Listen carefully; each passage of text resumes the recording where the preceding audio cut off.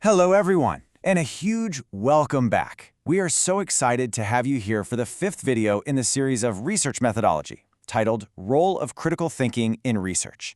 I've been really looking forward to exploring this topic with you today, mainly because it's a real game changer. We're going to talk about elevating your research from what can honestly sometimes feel like a mechanical, step-by-step chore, and turning it into this highly dynamic, intellectual detective process. Whether you're deep into the hard sciences, exploring the nuances of the humanities, or navigating those tricky interdisciplinary fields, today's explainer is all about how you take raw, unshaped data and transform it into genuinely impactful knowledge. Okay, let's jump right in. We'll start by looking at the heart of research. Then we'll open up the researcher's toolkit to examine the 6 thinking types. After that, we'll see how those apply across research stages, talk about overcoming common research challenges, and finally, wrap things up with fulfilling research's highest purpose. Section 1. The heart of research, and why we have to go way beyond simply gathering facts. To set the stage, scholars Paul and Elder define critical thinking as the disciplined art of ensuring the use of the best thinking possible in any given circumstance. Let's actually pause and unpack that for a second, because it's so important. Critical thinking isn't just a switch you flip on when you walk into the lab or the library. It's an active, highly disciplined art form. It demands a massive level of self-awareness. It requires intellectual humility, which, let's be honest, means being brave enough to admit you might be totally wrong. It means actively conceptualizing, synthesizing, and evaluating everything you observe, rather than just passively accepting things at face value. Yeah, what's really fascinating here is the sharp contrast between these two mindsets. Passive thinking, it's basically routine. You accept the evidence exactly as it's handed to you, and you merely repeat existing claims. Sure, it's safe, but it's incredibly shallow. Critical thinking, on the other hand, actively evaluates the reliability of the data. It purposefully hunts down counterarguments, and because of that, it supports genuine innovation. Critical thinking is literally the ultimate antidote to superficial knowledge. A researcher operating with this active mindset doesn't just echo what's already been said, they contribute something profound to their field. That brings us perfectly to Section 2, the 6 thinking types. Let's break down this toolkit.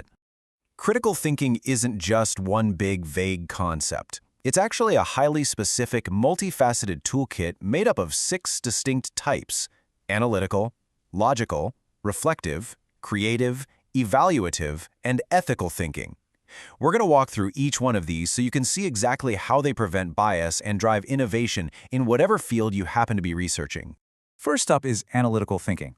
This is essentially the process of taking massive, unwieldy, complex ideas and breaking them down into smaller, manageable units. It's like taking a giant puzzle and sorting the pieces by color so you can actually understand what you're looking at. Imagine a public health scholar trying to figure out the rising rates of malnutrition. Malnutrition is way too big of a problem to tackle all at once, right? So analytical thinking allows them to separate the issue into, say, socioeconomic conditions, dietary patterns, and healthcare accessibility. Or think about a researcher studying urban pollution. They wouldn't just study pollution as a whole, they'd analytically separate it out into traffic density, industrial discharge, and policy enforcement. Next, we have logical thinking. This is the tool that ensures your reasoning follows sound principles and, most importantly, avoids those devastating logical fallacies. We've all heard the golden rule: correlation does not equal causation. Just because ice cream sales and shark attacks both spike in July absolutely does not mean eating a vanilla cone attracts sharks. But in complex research, it's a trap that's easy to fall into. For example, if you're examining the link between smartphone use and poor sleep quality, you can't just assume one causes the other just because they happen simultaneously. Logical thinking forces you to design precise experiments to ensure that relationship is scientifically valid. If you're testing whether exercise reduces anxiety, logical thinking is what makes you verify a direct causal link rather than just settling for a coincidental correlation. Then there's reflective thinking. I want to slow down here for a moment, because this is where the deeply human element of research really shines. Reflective thinking involves questioning your own assumptions, your own deeply held beliefs, and your own biases during the entire process. Think of an anthropologist conducting ethnographic field research. They have to constantly and carefully re-examine their own notes, asking themselves, wait, is my own cultural background coloring how I'm interpreting these participants' stories? Reflective thinking is a vital, ongoing safeguard to make sure you aren't accidentally projecting yourself onto your data. Now let's inject a little energy with creative thinking, because research isn't just about critique and tearing things down, it's about creation. This tool fosters innovation by helping you generate entirely new frameworks, theories, or solutions. A truly fantastic example of this is grounded theory in qualitative research. That entire methodology emerged through a creative rethinking of how data could be used to build theories from the ground up, instead of just endlessly testing old ones. Or picture a psychologist who creatively decides to combine, say, traditional yoga practices with cognitive behavioral therapy to create a brand new, innovative intervention for stress. That is creative thinking in action. Our fifth tool is evaluative thinking. This is what allows you to assess the credibility, relevance, and overall quality of your evidence and sources. The crucial point here is that not all data is created equal. A scholar doing a literature review absolutely must evaluate whether the articles they're reading are actually peer-reviewed, if they're methodologically rigorous, and if they're free from hidden institutional bias. Or consider a historian digging through archival data.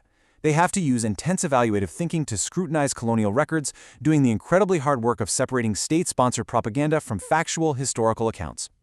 Finally, rounding out the toolkit, we have ethical thinking.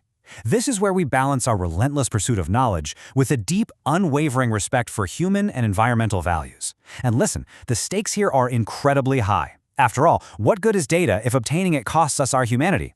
In medical trials, ethical thinking is what ensures researchers uphold strict informed consent and confidentiality, especially when working with vulnerable groups. Or take a modern geneticist. Ethical thinking dictates that they must painstakingly ensure every single piece of participant DNA data is completely anonymized to prevent any kind of future misuse. It's the tool that ensures our research heals and helps rather than harms. Moving right along to Section 3, Thinking Across Research Stages. Let's see how this all comes together in the pipeline. So here is a sweeping overview of the researcher's journey. It starts way over at stage 1, identifying problems, moves through the literature review, hypothesis development, research design, data collection, all the way to stage 6, strong conclusions. And the main thing I want you to take away from this is that you don't just use one type of thinking for the whole project. You actually have to pull different tools from your critical thinking toolkit at every single step of this journey to maintain your accuracy and integrity. Let's walk through the first half of this pipeline together. When you're first identifying a problem, you're primarily going to use analytical and reflective thinking to refine broad challenges into something actionable.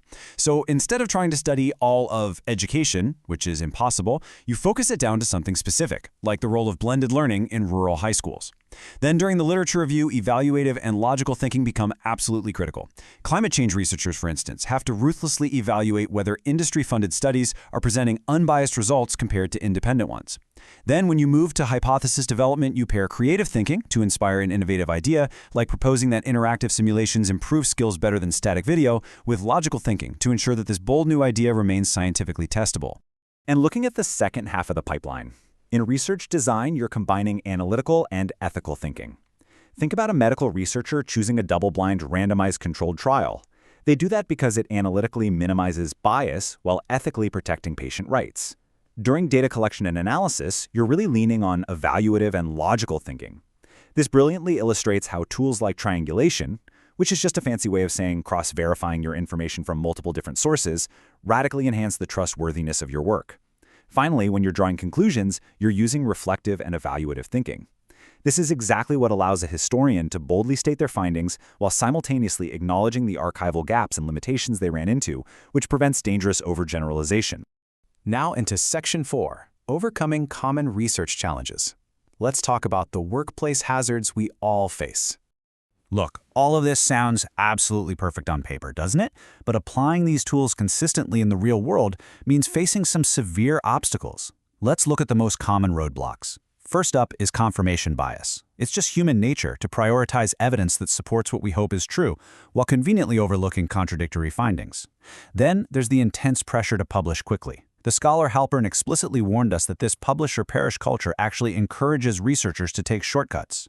In fact, studies show a significant percentage of researchers admit to cutting corners just to hit those publication quotas. We also face really restrictive disciplinary traditions.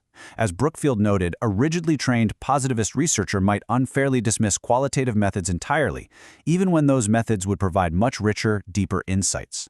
Throw in cultural and institutional constraints and a widespread lack of time for deliberate reflection, and you can clearly see the uphill battle researchers are fighting every day. I really want to emphasize a critical takeaway here. Because critical thinking genuinely requires deliberate reflection, the constant rush of looming deadlines and highly competitive funding environments essentially robs researchers of the time they need to think deeply. Therefore, it is absolutely imperative that institutions cultivate environments that prioritize quality and intellectual rigor over mere productivity. We need spaces where critical thinking is nurtured, not rushed. And that brings us to our final section, fulfilling research's highest purpose. Let's zoom out and look at the big picture. We are currently living in an era where massive, complex, global challenges are intensifying every single day. We're facing unprecedented climate change, incredibly rapid technological disruption, and shifting ethical dilemmas that are hard to even wrap our heads around. In this high-stakes environment, integrating the critical thinking skills we've discussed today isn't just some nice theoretical academic bonus. It is vital. It is exactly what allows researchers to provide solutions that are not only scientifically accurate, but genuinely socially relevant and ethically sound. The stakes are literally world-changing. So as you gear up to embark on your next inquiry, I want you to ask yourself a foundational question. Will your research merely repeat existing claims, or, by rigorously applying analytical, logical, reflective, creative, evaluative, and ethical thinking, will it actually transform our understanding of the world? I truly hope you leave here today feeling inspired to view your next research project as an intellectually rigorous, entirely transformative process. If you found this explainer helpful in sharpening your research toolkit, please do me a huge favor. Hit that like button, drop a comment below, share this with your fellow scholars, and absolutely subscribe to the channel so you never miss an explainer. So, as you step back into the lab, the library, or the field, I leave you with this final thought. What assumptions are hiding in your current research, and exactly how will you use these tools to uncover them? Keep thinking critically, and I will see you in the next one.